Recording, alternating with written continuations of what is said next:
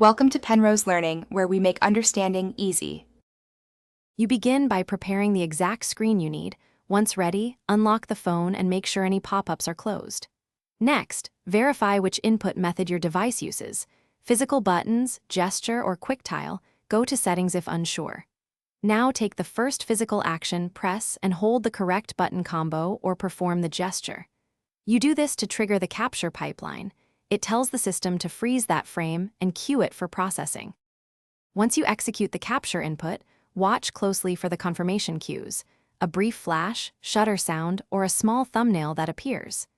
If you see the thumbnail, tap it immediately to crop, annotate, or share. This saves you later steps. If no thumbnail appears, open your Photos or Gallery app and locate the Screenshots folder. You should find the full resolution image there. You do this because immediate review prevents accidental loss and allows quick edits without exporting files. Finish by editing or sharing. Crop unwanted margins, add notes, then hit save or share. Make sure your edits are preserved before closing the preview, otherwise reopen the file from the Screenshots album. If the system won't capture, try a quick restart and retest the exact input sequence because temporary services can block screenshots.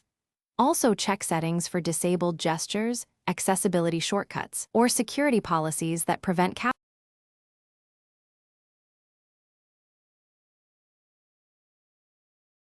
Thanks for watching. If this was helpful, leave a like and consider subscribing. See you next time.